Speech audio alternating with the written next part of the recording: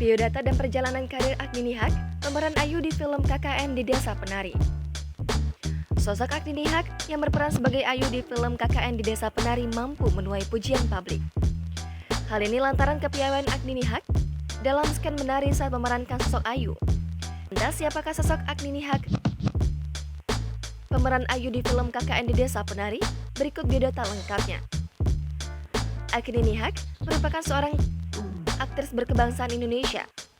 Perempuan kelahiran 8 Maret 1997 itu merupakan mantan atlet taekwondo dengan ranking 6 besar dunia.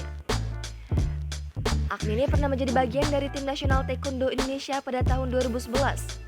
Namun, ia didegradasi dari pelatihan nasional pada 2016 karena mengalami cedera lutut. Selepas berkarir sebagai atlet, Agni ini lalu memutuskan pulang ke Semarang saat mengisi waktu di sela-sela masa penyembuhannya dengan ikut beberapa casting. Di sana, ia mendapatkan tawaran untuk mengikuti penyeleksian pemain film Wiro Sableng, Pendekar Kapak Maut Naga Geni 212. Ia pun lolos dengan mendapatkan peran sebagai Rara Murni, dan karir beraktingnya pun dimulai.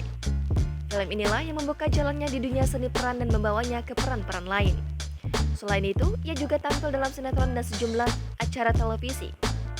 Tahun 2019, ia bermain dalam film besutan biopik Taufik, Lelaki yang Menantang Badai hingga Habibie Ainun 3.